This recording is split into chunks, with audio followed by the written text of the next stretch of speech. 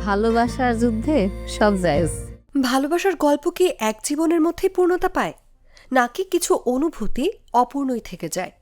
এমনই প্রশ্নের উত্তর খুঁজতে দর্শকদের সামনে এসেছে নতুন রোমান্টিক নাটক এক জীবনে, যেখানে প্রথমবারের মতো জুটি বেঁধেছেন আরশ খান ও সুনেহরা বিনতে কামাল।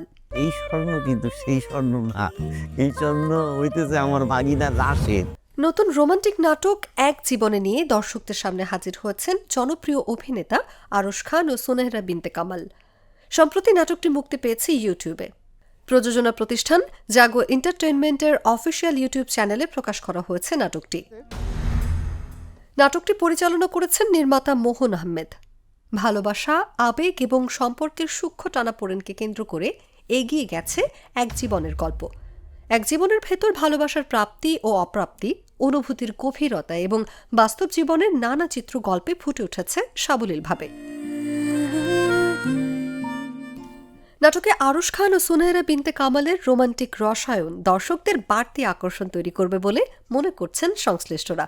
দুজনের স্বাভাবিক অভিনয়, সংলাপের গভীরতা ও আবেগঘন অভিব্যক্তি গল্পের সঙ্গে দারুণভাবে মানিয়ে গেছে। নির্মাতা মোহন আহমেদ বলেন, গল্পটা খুব সাধারণ কিন্তু অনুভূতিটা গভীর। দর্শক যেন নিজেদের জীবনের কিছু না বলা গল্প এখানে খুঁজে পান। এই ভাবনা থেকেই এক জীবনে নির্মাণ করা।